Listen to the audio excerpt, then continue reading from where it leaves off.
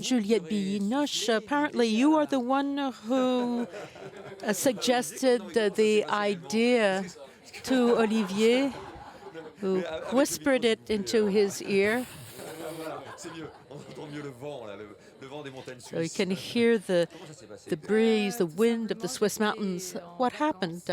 I was on holiday, as sometimes happens to me, and I had the idea of doing something around women and in 3 parts, and I wondered with whom I'd like to do that, because it was an idea that came up like this, but it was totally undeveloped, and so I called Olivier. I was a little frustrated. I thought he was afraid of women, he was afraid of me, and I thought to myself I wanted to get to know him, and so I called him, and he said, okay, let me think about it for a couple of weeks, and if the idea works, I'll call you back. And so 2 weeks later, he called me back, and he said, okay, it's an interesting idea, so I'll develop the script. She's such an attractive actress, and I was completely, from the first moment, I fell in love with her, because what I never experienced with an actress is, and this is exactly what she was saying, that she's giving so much. You know, I know a lot of actresses, famous actresses, and they're so concentrated on themselves, of course,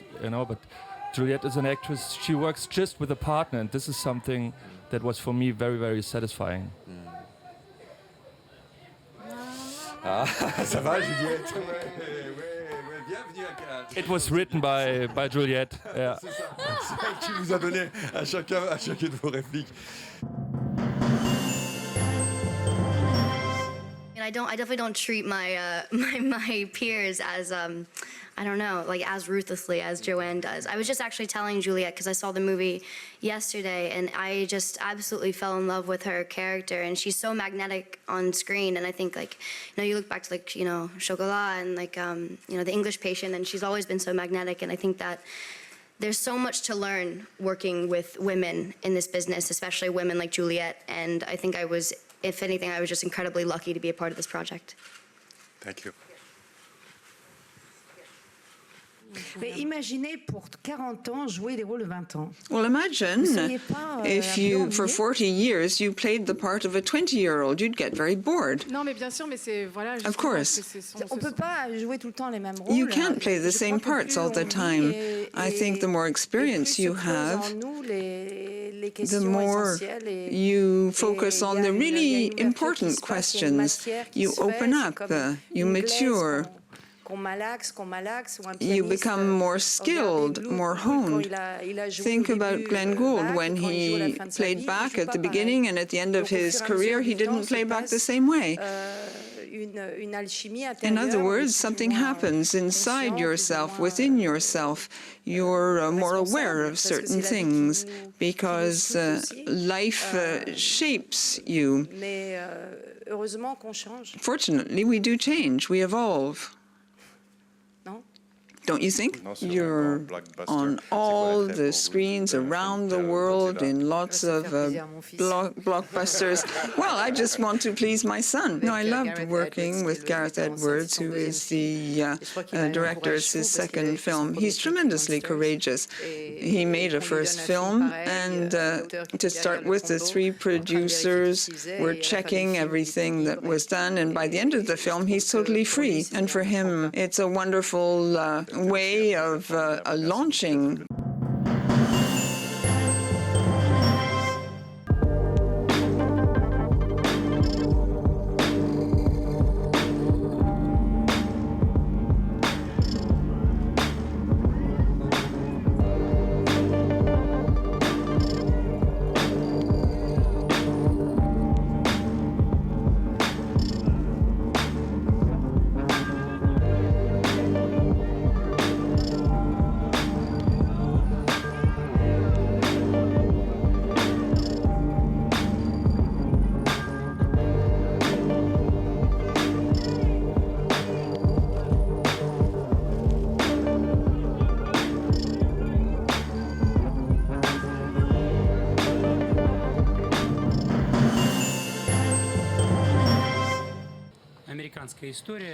It's an American story, the rebellion of a simple man against the state, the powers that be.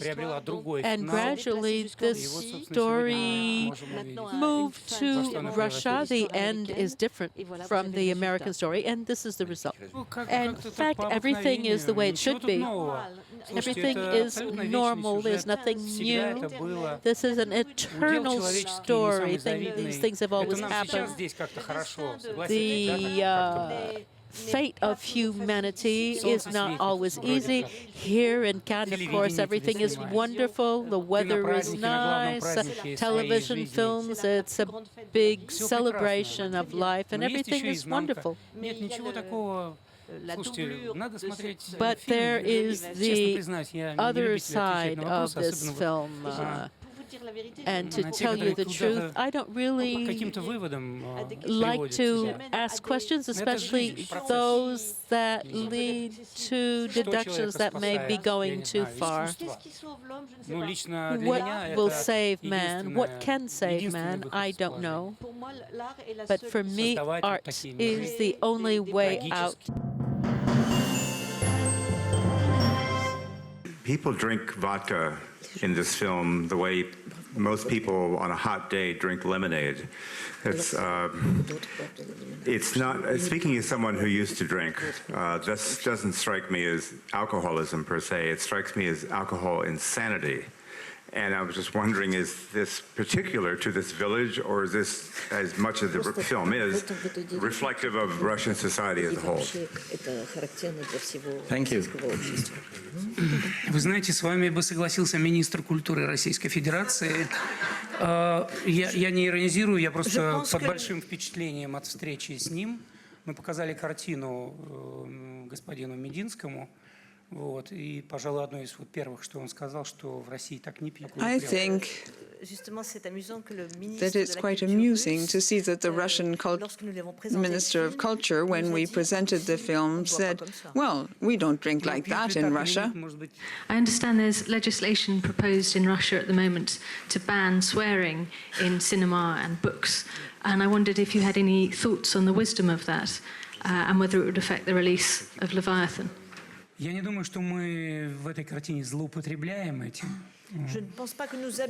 I don't think we use too many swear words in the film. Each word was carefully weighed. We wondered whether it was necessary to use this or that word in the dialogue, and each word was carefully chosen. I just think that this is a very lively way of expressing oneself. Конечно, это не очень хорошо. Я считаю, что тут нужно как-то избирательно подходить к этим вопросам. These laws that ban things aren't very suitable in my eyes.